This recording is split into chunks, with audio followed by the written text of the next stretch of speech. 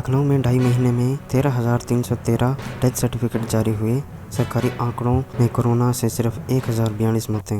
लखनऊ में कोरोना से होने वाली मौतों में सरकारी आंकड़ों और हॉस्पिटल से जारी किए गए डेथ सर्टिफिकेट में बड़ा अंतर है। 1 मार्च 2021 से 17 मई तक लखनऊ में 1,042 लोगों की कोरोना से मौत हो गई। ये सरकारी आंकड़ा है। इसी दौरान यानी करीब 2.5 महीने में लखनऊ में 13,000 से ज़्यादा डेथ सर्टिफिकेट जारी हो गए हैं। 1 से 15 मई तक यानी 15 दिनों में ही 4,802 डेथ सर्टिफिकेट जारी किए जा चुके हैं। यह पिछले साल कोरोना आने के बाद से अब तक किसी एक महीने में जारी किए डेथ सर्टिफिकेट की सबसे बड़ी संख्या है। ब्लैक फंगस का बढ़ता खतरा। अनियंत्रित डायबिटीज से जूझ रहे मरीजों में कोरोना से रिकवरी के बाद ब्लैक फंगस का खतरा अधिक। कोरोना से रिकवरी के बाद अनियंत्रित डायबिटीज से जूझ रहे मरीजों में ब्लैक फंगस का खतरा ज्यादा है। ऐसे मरीजों को अलर्ट रहने की जरूरत है। यह बात Sanjay Gandhi post graduate institute of medical science की ऑनलाइन कॉन्फ्रेंसिंग में कहा गया। डॉक्टर धीमान के मुताबिक ब्लैक फंगस यानी म्यूकरमाइकोसिस ऐसे मरीजों में देखा जा रहा है जिनकी रोगों से लड़ने की क्षमता कम है, डायबिटीज कंट्रोल नहीं कर पा रहे, तो इस बीमारी का खतरा ज्यादा है। पटियाला में कोरोना का कहर। मेडिकल कॉलेज के सीनियर सर्जन डॉक्टर राजन की कोरोना से मौत। संक्रमण से दोनों फेफड़े हो गए थे खराब। पटियाला में मंगलवार को मेडिकल कॉलेज के सीनियर डॉक्टर राजन की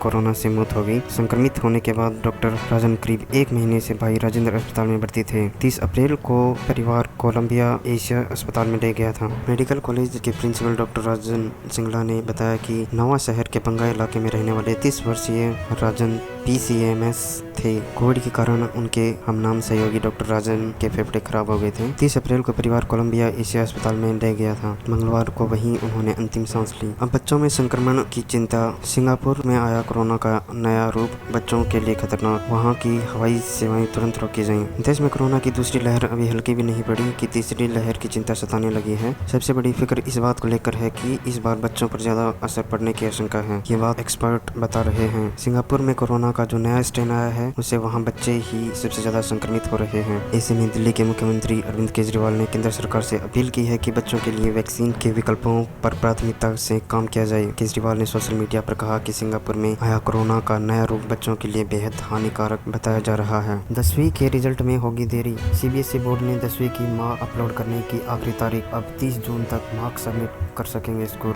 central board of secondary education ने स्कूलों के लिए 10वीं कक्षा के मार्क्स अपलोड करने की समय सीमा बढ़ा दी है। अब CBSE से संबंधित सभी स्कूल 30 जून तक मार्क्स अपलोड कर सकेंगे। इसके साथ ही बोर्ड ने रद्द की गई 10वीं की बोर्ड परीक्षाओं के आंतरिक मूल्यांकन के मार्क्स जमा करने की तारीख भी 30 जून तक बढ़ा दी है। बोर्ड ने कोरोना के कारण बने हालातों को देखते हुए यह फैसला लिया है। महामारी में दिल्ली के लिए राहत। केजरीवाल 72 लाख लोगों को मुफ्त राशन देंगे। संक्रमण से मौत होने पर परिजनों को 50,000 मुआवजा और 2,500 पेंशन। कोरोना संक्रमण से जूझ रही दिल्ली के लिए अरविंद केजरीवाल सरकार ने 4 बड़े ऐलान किए हैं। इनमें मुफ्त राशन, मौत पर मुआवजा और प्रभावित परिवारों को पेंशन जैसी राहत दी गई है। केजरीवाल ने कहा कि हम उम्मीद करते हैं कि इन घोषणाओं से लोगों को काफी राहत मिलेगी। केजरीवाल ने कहा, दिल्ली सरकार 72 लाख लोगों को 5 किलो राशन देती है। इस महीने यह राशन मुफ्त मिलेगा। 5 किलो दिल्ली सरकार देगी और 5 किलो प्रधानमंत्री योजना के तहत यानी कुल 10 किलो राशन मुफ्त मिलेगा। देश में बीते दिन कोरोना से रिकॉर्ड मौतें। 24 घंटे में सबसे ज्यादा 4,525 मरीजों की जान गई।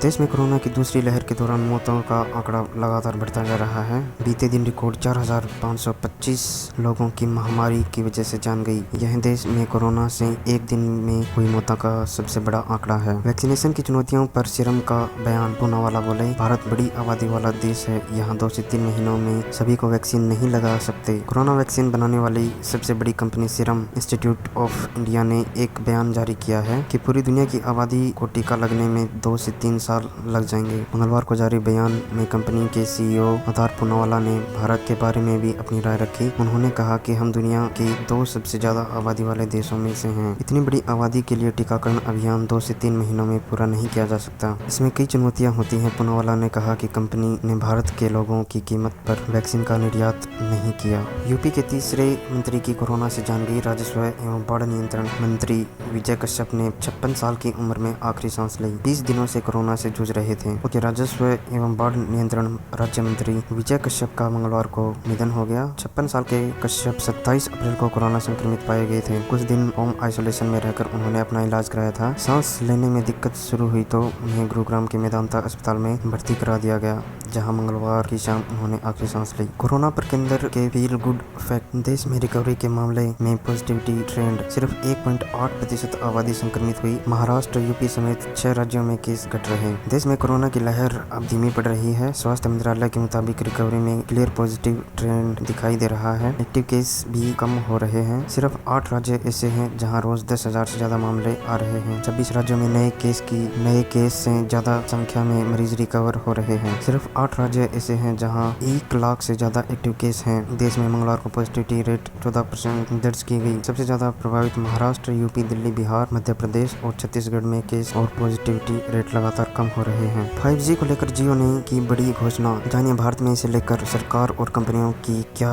है तैयारी और कब तक आम लोगों को मिलेगी 5G की सुविधा। हाल ही में रिलायंस ने घोषणा की है कि वो अंतर्राष्ट्रीय सबमरीन केबल सिस्टम बना रहा है। इसे भारत और पूरे भारतीय रीजन की डेटा जरूरतों को ध्यान में रखते हुए बनाया जा रहा है। रिलायंस जियो समुद्र में 2 केबल डालेगा जिनकी लंबाई 16,000 किलोमीटर होगी। इन 2 केबलों को IAX और IEX नाम दिया गया है।